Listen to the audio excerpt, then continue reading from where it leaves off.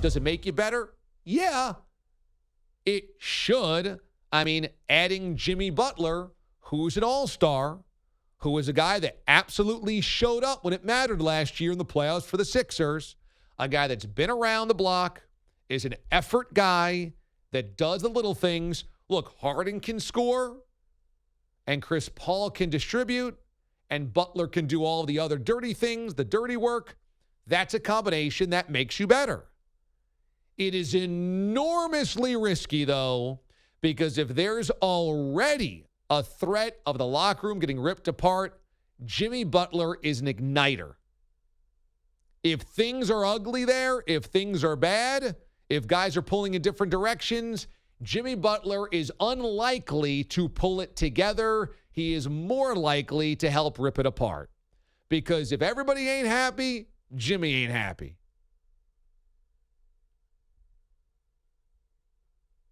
Now, can Butler come in and provide some leadership? Can he provide some of the direction? Sure. Yes. But as we kind of said during the playoffs for the 76ers, Jimmy Butler was the adult in the room. That's why the coaching staff at Philadelphia, Brett Brown, was calling him James Butler.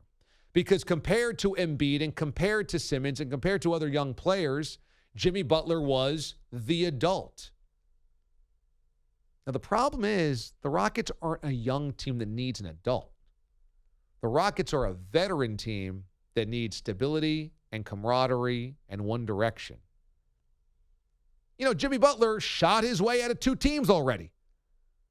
So he ain't the guy that's going to calm the waters. All right, everybody, let's just be patient. All right, everybody, I got the way to do it. All right, everybody, let's listen to each other's problems. No, that ain't going to be Jimmy Butler.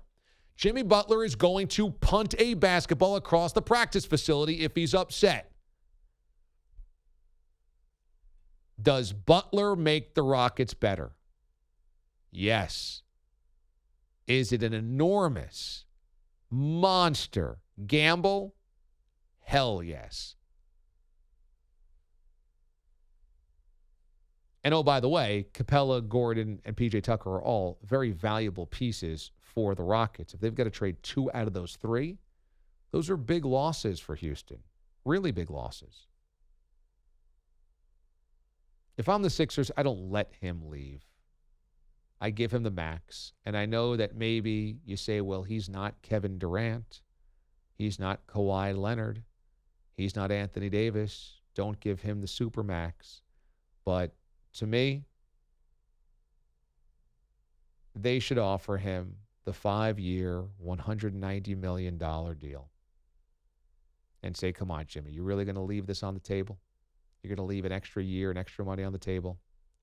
Make it impossible for him to really leave, because Embiid and Simmons benefited from having a guy in the clutch in the playoffs that was not scared of the moment. And yeah, you might be worried about the mileage on his body as he gets up there in years. And you might be worried about his mentality once he gets all that money. But what are the Sixers right now if you take Butler off of that roster? I don't love it.